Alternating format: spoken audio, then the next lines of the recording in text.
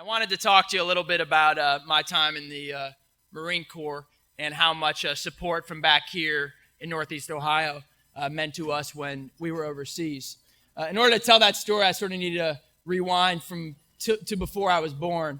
My grandfather was in the U.S. Army Air Corps, and my other grandfather was liberated by Allied troops. And growing up around our Thanksgiving dinner table and Sunday evening dinner table and different family functions, they hammered into me and instilled in me duty to country and a responsibility to try to give back. And I know a lot of people give back to their community and country in different ways. I tried to choose to do it through the Marine Corps. So went through boot camp in Parris Island, South Carolina in the year 2000. I saw a couple of Marines out there.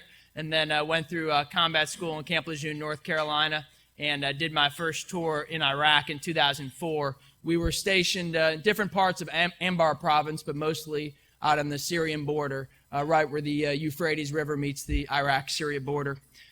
Came back home and was elected to the state legislature here in the Cleveland area.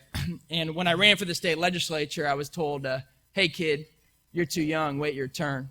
And I didn't like that as a reason why not to do it. And I went out there and knocked on approximately 19,679 doors, approximately. Wore out 3 pairs of shoes and was elected, right here in Northeast Ohio. I probably represented a lot of the folks in this room. My district included 17 communities here in Cuyahoga County. It encompassed Lyndhurst, Mayfield Heights, Pepper Pike, Moreland Hills, Hunting Valley, Chagrin Falls, Bentleyville, Solon, Glenville, Oakwood, Walden Hills, Valley View, Brecksville, Broadview Heights, Independence, and Seven Hills. So that was my district in the state legislature. And in 2007, when I was serving down in Columbus, I got a call from the Marine Corps asking me to go back to Iraq as part of the surge, and had a decision on my hands because felt I had a duty to my community and my constituents, but also felt I had a duty to my country. And ultimately decided that my duty to my country came first, that I didn't join the Marine Corps to say no when my country called. So in 2007, went back to Iraq, and that time served in a town called Haditha.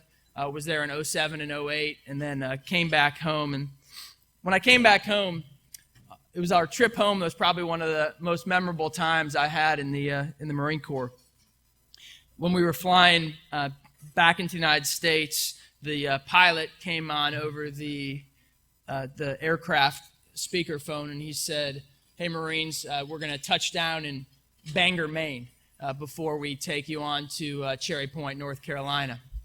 And so the plane touched down in Bangor, Maine, and they said, hey, Marines, you got about an hour if you want to stretch your legs and get off the aircraft and hang out in the little airport there. So most of us got off the plane.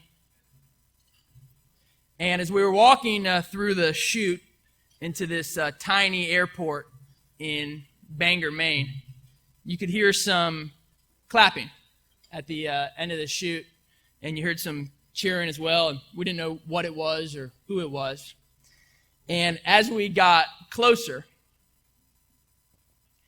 we saw that it was a bunch of veterans from World War II and Korea, and especially Vietnam. There are a lot of veterans there from Vietnam with their kids and their grandkids. And these men from Vietnam put out their hands, gave us hugs, looked us in the eyes, and said, Marines, no one was here to welcome us home when we came back, and so we're here to welcome you. And for a bunch of Marines who were supposed to be tough and rugged, there were a lot of tears shed in that chute, in that airport in Bangor, Maine. And it made me think of my grandparents who are no longer around, but it made me think of this great tradition we have in this country of current generations paving the way for generations to come. And it was one of those feelings that never left me and never will leave me the rest of my life, and I still sort of get the chills thinking about it, that we all, whether we're wearing the uniform or, like so many of you out here tonight, supporting folks who wear the uniform, we have a responsibility in our own little way, whatever it is, whether it's packing gifts for troops overseas or supporting an organization like this or carrying a weapon in a foreign land, what have you. We all, in our own way, I believe, have an obligation to pave the way for the next generations that are going to follow in this country. And so when I walked into this room tonight, and there's so many people here, not only in my parents' generation, which I appreciate, but also so many people here in our generation, I believe it says something very loudly and strongly about who we are as a community. Cleveland area, I believe, is gritty. It's just a bunch of gritty, tough people who oftentimes come from ethnic families and never forget where they came from. And I believe the Cleveland area is one of the hidden gems in the entire country. And I'm very proud to have been born and raised here.